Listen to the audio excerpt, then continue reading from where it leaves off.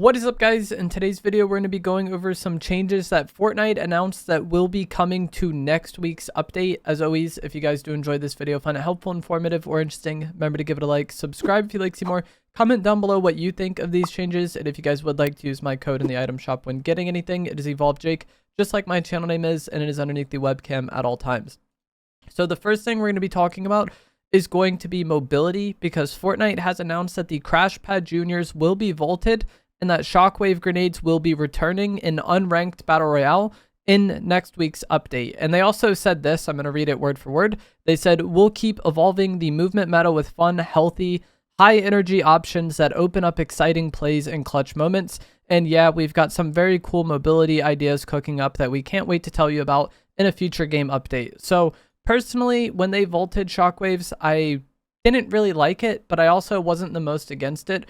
I enjoy having Shockwaves in the game. I enjoy using them, but I'm also open to another item taking their place if they're able to kind of fill the same role as like a fighting kind of engage repositioning mobility. And I think the Crash Pads do this somewhat okay. It's definitely a step back from Shockwaves, but my main problem when they made this change at the start of the South Park update was always just that the spawn rate of Crash Pads was horrendous. And they actually addressed this, I think, last week. And since then, the game has definitely felt a lot more enjoyable to play, to me at least. So again, just to reiterate, I'm personally happy Shockwaves are coming back, but I'm also open to another item taking their place in the future, which is what it seems like Fortnite is hinting at, or that they want to eventually accomplish.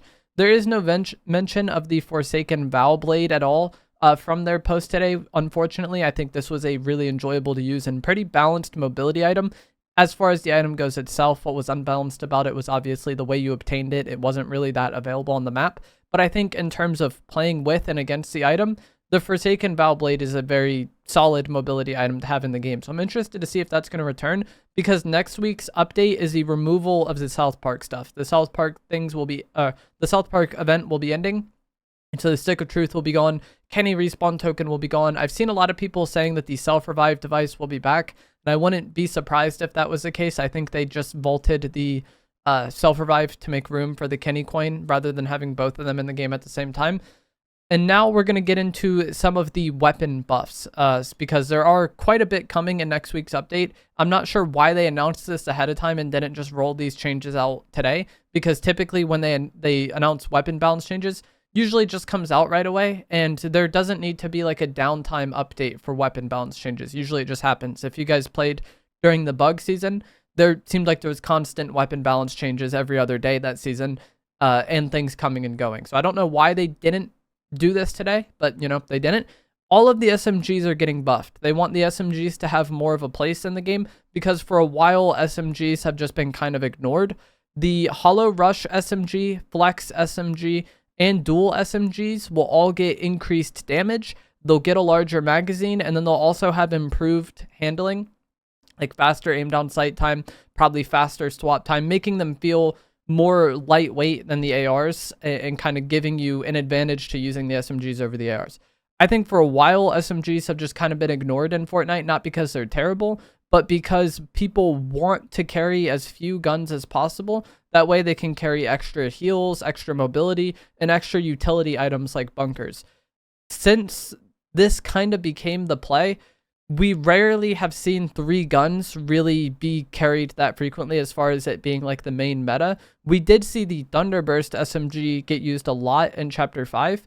That was because the Thunderburst was so good up close, in mid-range, and even kind of long range. It could kind of do everything. It was a do-it-all gun, so it was an SMG that could kind of take the place of an AR. And if you guys remember in Chapter 5, every weapon had bullet drop and bullet travel time, which made long-range fights less of a factor in-game. And I feel like this made using the SMG less of a downside, or using your SMG as an AR less of a downside, because you wouldn't be getting in really long-range fights anyway. So with these changes, I'm not really sure if we're going to see anything change in terms of what players use. Maybe the Hollow Rush SMG will become an option instead of the Deadeye AR, like just using Shotgun and Hollow Rush SMG and then playing really aggressive. Shockwaves coming back will definitely enable that. If you like sniping, then the Hollow Rush SMG and the Flex SMG will be great choices to instead of an AR. I think that will probably be the way to go, and probably has for quite some time if you're someone who snipes a lot. So I'm interested to try the Hollow Rush SMG on this patch, but I don't know if anything's really going to change. And also, I don't see myself running Shotgun AR SMG. Like, I just don't see that happening. I still think that people will be using 2 guns.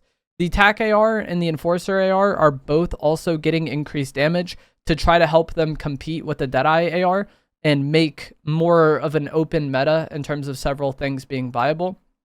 The TAC pistol will also be getting increased damage and less damage fall off at range. I again think this will be something that's good to pair with the sniper if you do like sniping a lot, but I don't see it just full on replacing the Deadeye AR as your second gun in combination with a shotgun. And I think the fact that the Deadeye AR isn't getting nerfed on this update, or at least they didn't announce that the Deadeye AR is getting nerfed, is one of the things that really holds this update back from making the changes that they actually seemingly want to make. It seems like they want the meta to be more open. But even with buffing these guns, I see the Deadeye AR dominating in 0 build at least. In build mode, it might be a different story. But for 0 build, unless they nerf the Deadeye a lot or give it a lot of recoil, like that's what I would want them to do, is give it a good amount of recoil and make it hard to use. I still think it will be the preferred option for most players who just want to carry 2 guns. For people that want to snipe, I think it makes a lot of sense to branch out. The Hollow Rush SMG will maybe be borderline on whether or not it can fully replace the Deadeye AR, but I think in 0 build especially, a majority of players are still just going to be using 2 guns, and the Deadeye AR is going to be the main weapon they're using along with the shotgun. So lots of changes coming to the weapons, but with how Fortnite plays out and with how 0 build plays out especially, I don't really know if anything is going to change unless the Deadeye gets nerfed significantly.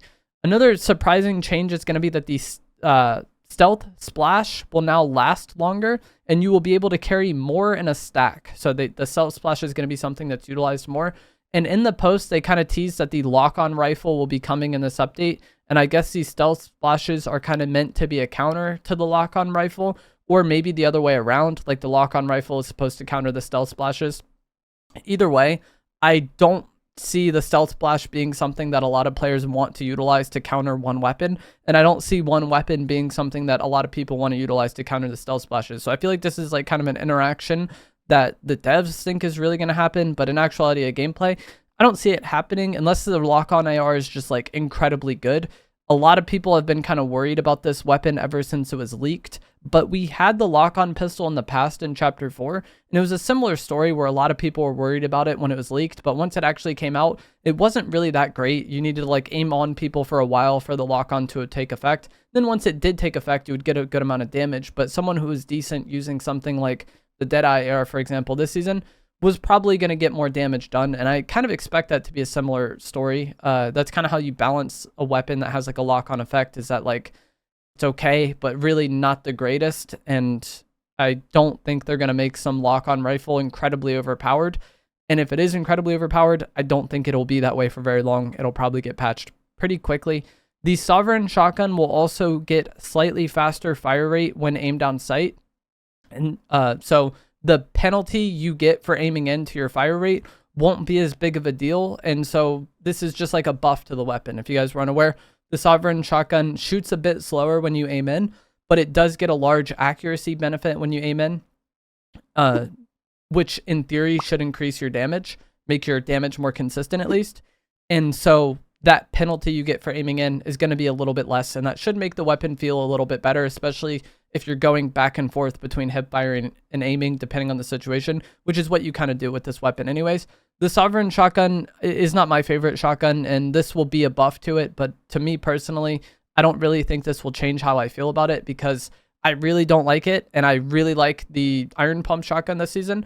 And then also a lot of people really love the Twin Hammer shotguns, and I think those will still be the preferred choice for a majority of the player base, even if the Sovereign Shotgun does get buffed. And then the final change we're going to talk about is that for some reason the ATK is getting increased HP, but I personally don't think this really matters. What holds the ATK back, which is the golf cart vehicle, what holds this back is, one, how slow it is, and then two, how exposed everybody is on the cart. This is a very balanced vehicle. When it came out in Chapter 1, Season 5, it was okay for traveling the map. You could kind of get from point A to point B faster, but you were more exposed by doing so, so you wouldn't want to use it to just get away from a fight. But also the ARs we had in Chapter 1 were a lot less accurate. So if you saw this card at like 100 meters, you probably weren't just going to consistently hit the driver every single time you shot at it. But modern Fortnite ARs are a lot more accurate and a lot more consistent, especially the red dot ones. And so you're able to easily fry the players out of the golf cart, no problem. And then also the vehicles we have on the map and other means of travel we have on the map are also much faster than what we had in chapter 1. Even just your character sprinting, we couldn't do that in chapter 1. And I feel like this makes a golf cart just not feel great at all and kind of be a troll. When I see somebody using it, when I see like the visual audio icon for it, I'm like so excited because I know that's about to be a free kill. And so I don't think the HP of the golf cart was the problem. It's how slow it is and how accurate these ARs are. Just make it a sitting duck. But those are going to be the changes that are coming in next week's update. There will obviously be more gameplay changes as well. They just gave us a preview of like the weapon balance changes and some like loophole changes that will be coming. But let me know what you guys think down in the comments below. If you guys found this to be helpful, informative, or interesting, remember to give it a like, subscribe if you'd like to see more, and I will see you guys in the next one. Thanks for watching.